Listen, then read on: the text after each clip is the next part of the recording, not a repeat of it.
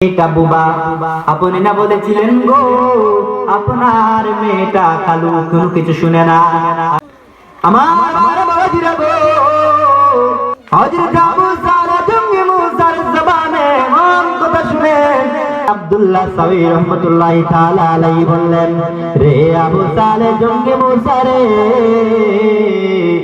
আমার মেয়েটাকে আমি এই জন্য কালো বলেছি, কখনো কোনো পুরুষ আমার মেয়েটাকে দেখে নাই, এই জন্য লোক মুখে আমার মেয়েটা কুচ্ছি, আমার মেয়েকে বাইরে হইতে দেয় নাই, বাহির হয়ে নাই, যার কারণে লোকজন তাকে দেখে নাই, আর লোকজনের মনে একটি ধারণা আছে আমার মেয়েটা কুচ্ছি, এই জন্যই আমি আমার মেয়েটাকে বাহির করি না। রে আবু সালেহ জঙ্গি মুসা, এই জন্যই বলেছিলাম আমার মেয়েটা কুচ্ছি, আসলে আমার মেয়েটা কুচ্ছি নয়। সুবহানাল্লাহ বলবেন না?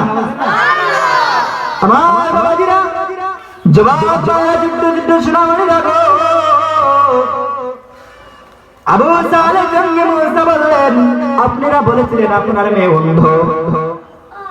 হযরত আব্দুল্লাহ সাওয়ী ডাক দিয়া বলে, রে আবু সালেহ জঙ্গি মুসা, বছরে আমার মেয়েটাকে অন্ধই কারণেই বলেছে, কারণ আমার মেয়ে কোন পর পুরুষকে কখনো দেখে নাই। সুবহানাল্লাহ বলবেন না?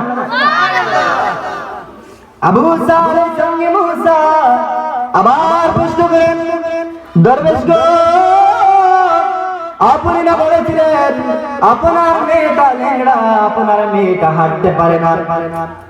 আব্দুল্লাহ সাওয়ী দরবেশ ডাক দিয়া বলেন, রে আবু সালেহ জঙ্গি মুসা, আমার মেয়েটা বেপরদাশীল ভাবে বাইরে দৌড়ে ঘুরে বেড়ায় নাই, পরপুরুষও তাকে দেখে নাই, এবং এদিক সেদিক অযথা চক্কর কখনো মারে নাই।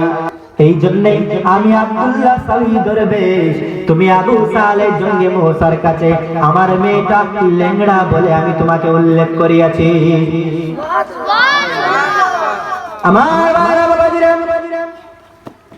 হযরত আবু সালেহ জঙ্গি মুসা আবার প্রশ্ন করেন, রে আব্দুল্লাহ সাওয়ী দরবেশ, আপনি না বলেছিলেন আপনার মেয়েটা কাল, আপনার মেয়েটা কোনো কিছু শুনে না? হযরত আব্দুল্লাহ সাওয়ী ডাক দিয়া বলেন, রে যুবক, আমার মেয়েটা কাল আমি এই জন্য বলেছি কারণ বাহিরা কোনো পর পুরুষের অন্য কোন ধরনের কথা আমি তার কানে ঢুকতে দেই নাই, তাকে এমন ভাবে অন্তর্মহলে রেখেছিলাম রে, যাতে বাহিরের কোনো পর পুরুষের আওয়াজ তার কানে পৌঁছে নাই। সুবহানাল্লাহ বলুন।